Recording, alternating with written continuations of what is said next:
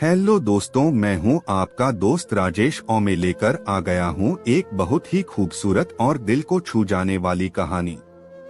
कहानी छोटी है लेकिन आपके दिल को छू जाएगी क्योंकि इस कहानी में गहराई बहुत है। यह कहानी है ममता और एक गुड़िया की, जो एक छोटी लड़की ऊपर लिखी हुए हैं। एक दिन की बात है। ममता सुबह पार्क में टहलते हुए जा रही थी, तभी उसे एक रोती हुई बच्ची मिली। ममता ने उससे रोने का कारण पूछा तो लड़की ने बताया कि वह जिस गुड़िया से खेल रही थी वह इसी पार्क में कहीं खो गई हैं। ममता ने उस बच्ची को उसकी गुड़िया ढूंढ लाने का आश्वासन दिया, जिससे वह बच्ची चुप हो गई। ममता ने गुड़िया ढूंढने के लिए समय मांगी और फिर दूसरे दिन गुड़िया लाने का वादा करके वहां से चली गई, पर गुड़िया ना तो ममता को मिली और ना ही उस बच्ची को। ममता ने गुड़िया की तरफ से एक काल्पनिक पत्र उस बच्ची को लिखी और जब वह बच्ची पार्क में गुड़िया पाने की आशा में आई तो ममता ने वह पत्र उस बच्ची को पढ़कर सुनाया। पत्र इस प्रकार था, कृपया रोना मत, मैं समय समय पर उस गुड़िया के बारे में तुम्हें लिखती रहूंगी, बस तुम रोना मत।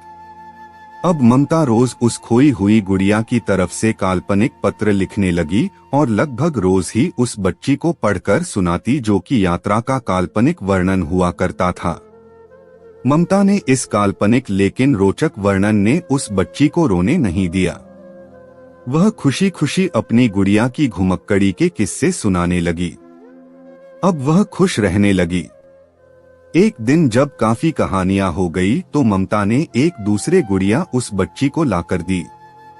जाहिर है वह गुड़िया बदली हुई थी।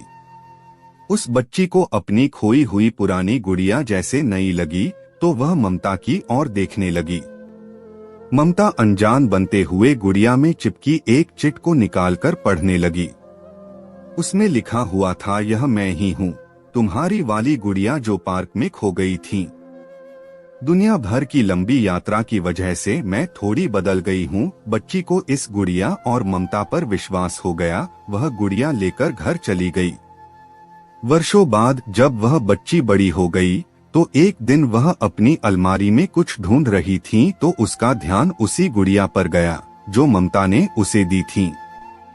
बचपन की बातें याद करके वह हंसने लगी।